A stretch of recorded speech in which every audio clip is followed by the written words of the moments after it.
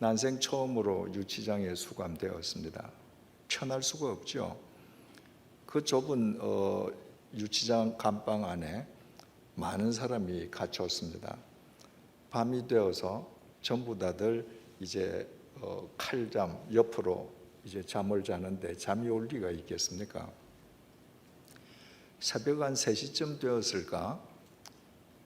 유치장 감방 철문이 덜커덩하고 열렸습니다.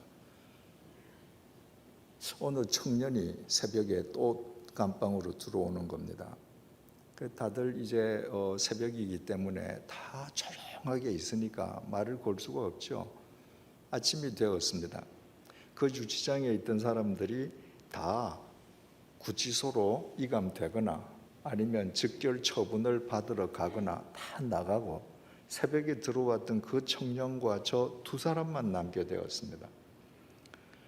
혹시 경찰서 유치장에 수감되어 본 경험이 있으신 분은 아시겠지만은 경찰서 유치장에서는 외부 식당에서 음식을 시켜서 그 안에서 먹을 수가 있습니다. 그 근처에 있는 그 한식당 전화번호를 경찰관이 주길래 전화를 해서 제가 육개장을 2그릇 시켜서 그 청년하고 이제 점심을 먹었습니다. 점심을 먹다가 이 청년 마음이 열렸습니다. 왜 자기가 지금 그 마포경찰서 유치장에 수감되었는지를 자기 입으로 밝히는 겁니다. 그 청년은 마포구에 있는 한 동네에 살던 청년인데, 그러니까 지금부터 30여 년 전 이야기입니다. 이 청년은 저녁이 되면 그 동네 어른들하고 늘 고스톱을 치곤 했습니다. 그 며칠 전에도 동네 어른들과 늘 고스톱 치던 어른들과 같이 고스톱을 쳤습니다. 그런데 아주 사소한 시비가 붙어서 그 동네의 어른과 이 청년 사이에 싸움이 붙었는데 그 어른은 주먹을 쓰는 사람이었습니다. 이 주먹을 쓰는 어른이 이 청년을 무자비하게 굿하기 시작했습니다. 이 청년이 맞다가 땅바닥에 쓰러졌는데 이 어른이 이 청년 목을 조우기 위해서 위로 지금 덮치는 거예요.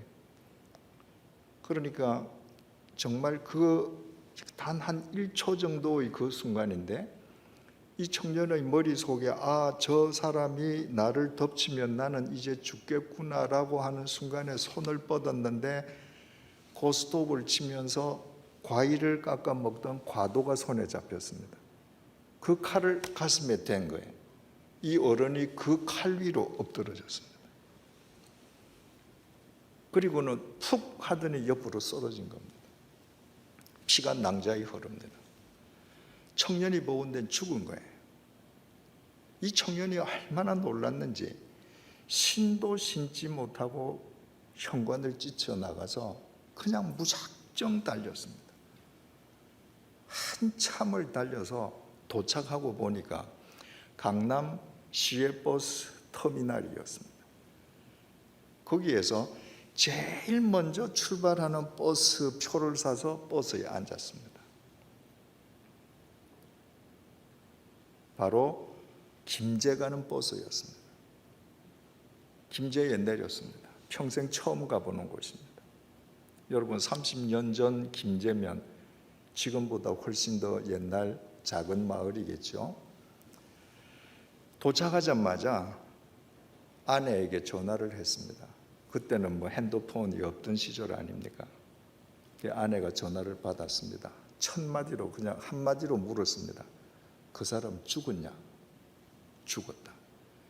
그러니까 전화를 걸 때만 해도 이 청년은 신랄 같은 희망, 자기가 가슴에 대고 있던 칼에 그 사람이 찔리긴 했지만 죽지 않았으며 그 신랄 같은 희망으로 전화를 했는데 죽었다는 거예요. 이 청년이 자기가 생각지도 않게 살인자가 된 거예요. 살 이유도 살 소망도 없었습니다. 하루 종일 김제 약국마다 다 한 집 걸러서 찾아다니면서 수면제를 사 모았습니다. 저녁이 되어서 아마 김제에 무슨 이 천이 있나 봅니다. 그 천 옆에 있는 포장마차집에서 이제 수면제를 시켜서 소주를 한 병, 두 병 시켜 먹고 마지막으로 이제 소주를 술이 꼭지가 돌 때까지 소주를 먹게 되면 수면제를 입에 털어놓고 이제 죽을 참인 거예요. 그런데 갑자기 귀에 종소리가 들렸습니다. 그때만 해도 지방에서는 교회가 종을 칠 수 있을 때였습니다. 그날이 수요일 저녁이었습니다. 저 멀리 언덕에 높은 곳에 있는 교회 종소리인 겁니다. 이 청년은 크리스찬이 아니었습니다. 그러나 마포구에 있는 한 동네에 태어나서 살면서 부활절, 크리스마스, 추수감사절이 되면 친구들과 함께 교회에 사탕 얻으러 단 경험은 있었습니다. 근데 이 청년이 소주를 마시고 수면제를 이제 먹어야 하는데 교회 종소리를 듣고, 그래, 하나님이 있는지 없는지는 모르지만 내 이왕 죽을 바에야 교회에 가서 하나님이라는 분한테 기도나 한번 하고 죽자. 그리고 종소리가 울리는 그 자그마한 예배당 안으로 들어갔습니다. 한파가 몰아친 그 추운 겨울날, 조그만 김제 그 마을 예배당 안에 석탄이 활활 타는 화로가 열기를 풍기고 있었습니다. 여러분 머릿속에 그려지시죠? 조그만 예배당인데 중간에 있는 화로가 지금 열기를 푹푹 풍기고 있습니다.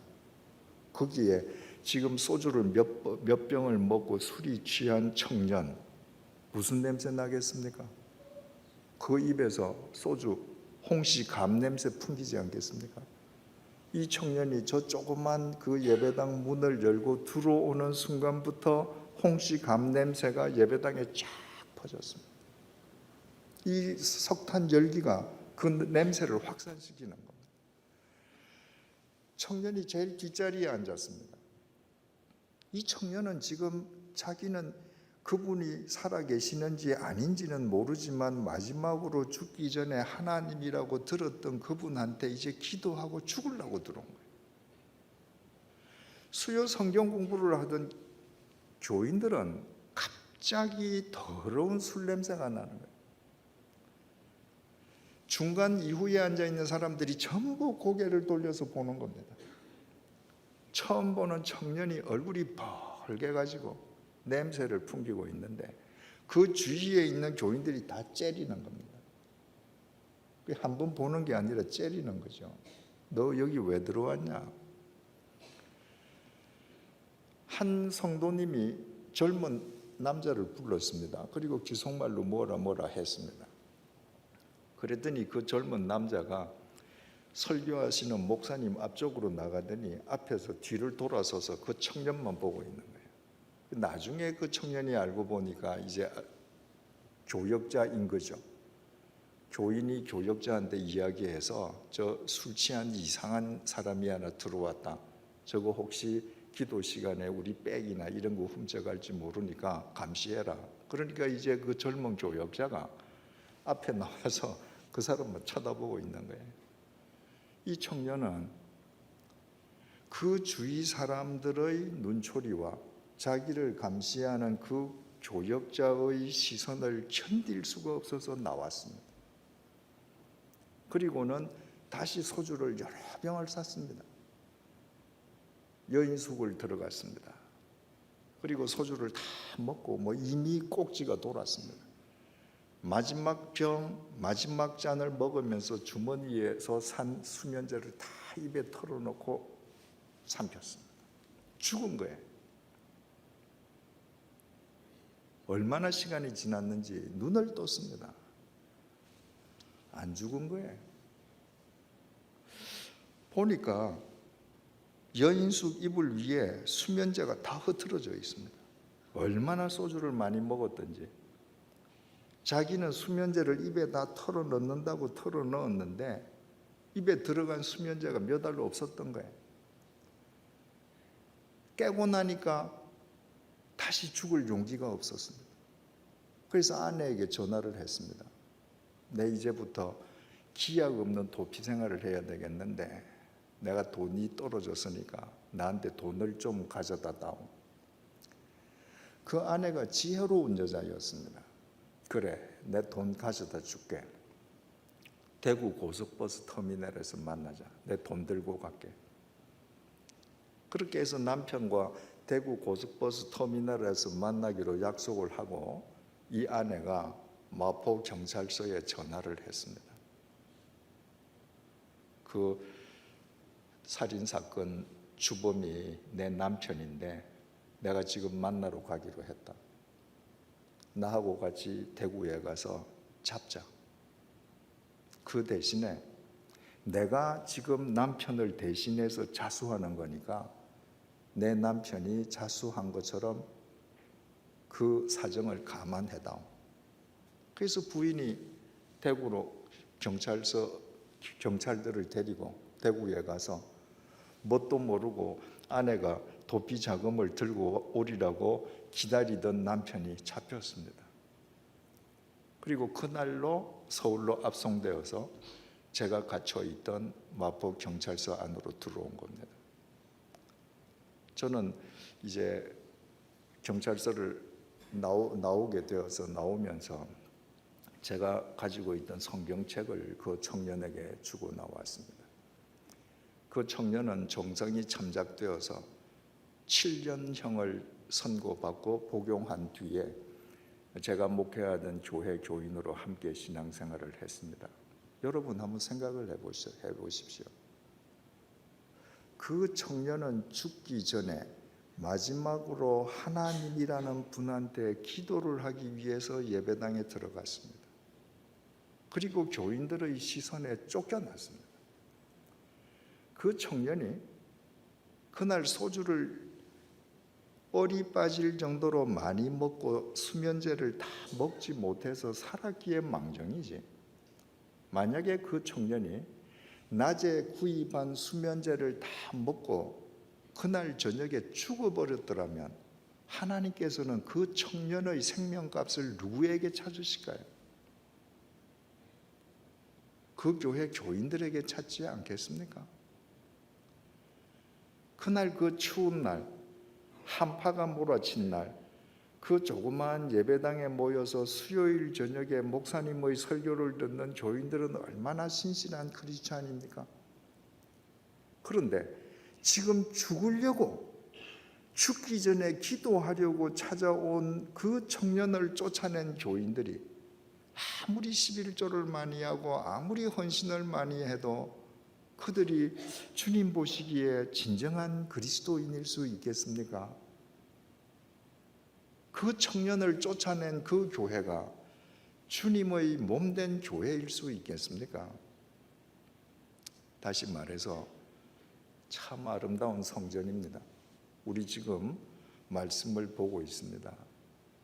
지금 이 순간에 저 문을 열고 술에 취해서 혀도 돌아가지 않는 사람이 우리 가운데 지금 앉아서 술 냄새를 양사방으로 풍긴다면 우리는 어떻게 하겠습니까? 그분과 함께 예배를 드리겠습니까? 아니면 김제교회하고 똑같이 쫓아내겠습니까? 아니면 누군가 한 사람은 가서 그 사람 손을 잡고 형제요, 당신이 어인일로 이렇게 술 취해서 교회를 찾았습니까? 나한테 한번 얘기해 보셔요. 누군가 다가가서 물어줄 것입니까?